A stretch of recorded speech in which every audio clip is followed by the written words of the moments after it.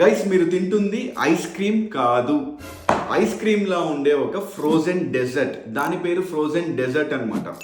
Next time మీరు కూడా nutrition లేబుల్ని క్లియర్గా గమనించండి. అందులో వాడు రాసుంటాడు ఇది ఫ్రోజన్ డెజర్ట్ అని.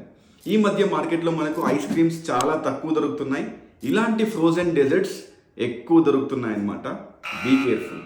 ఈ రెండిటికి ఉన్న డిఫరెన్స్ ఏంటంటే ఐస్ క్రీమ్స్ అన్నవి 100% మిల్క్తో ప్రిపేర్ చేసే ఒక ప్రోడక్ట్, కానీ ఈ ఫ్రోజన్ డెజర్ట్లో palm oil and vegetable oil ఎక్కువగా వాడతారు. ఆ రెండు మన హెల్త్కి మంచిది కాదు. కానీ ఒక్క ఇంపార్టెంట్ పాయింట్, ఐస్ క్రీమ్స్ అయినా ఈ ఫ్రోజన్ డెజర్ట్స్ అయినా క్యాలరీస్ అండ్ ఫ్యాట్స్ ఎక్కువగా ఉంటాయి. సో వీలైనంత వరకు అవాయిడ్ చేయడానికి ట్రై చేయండి.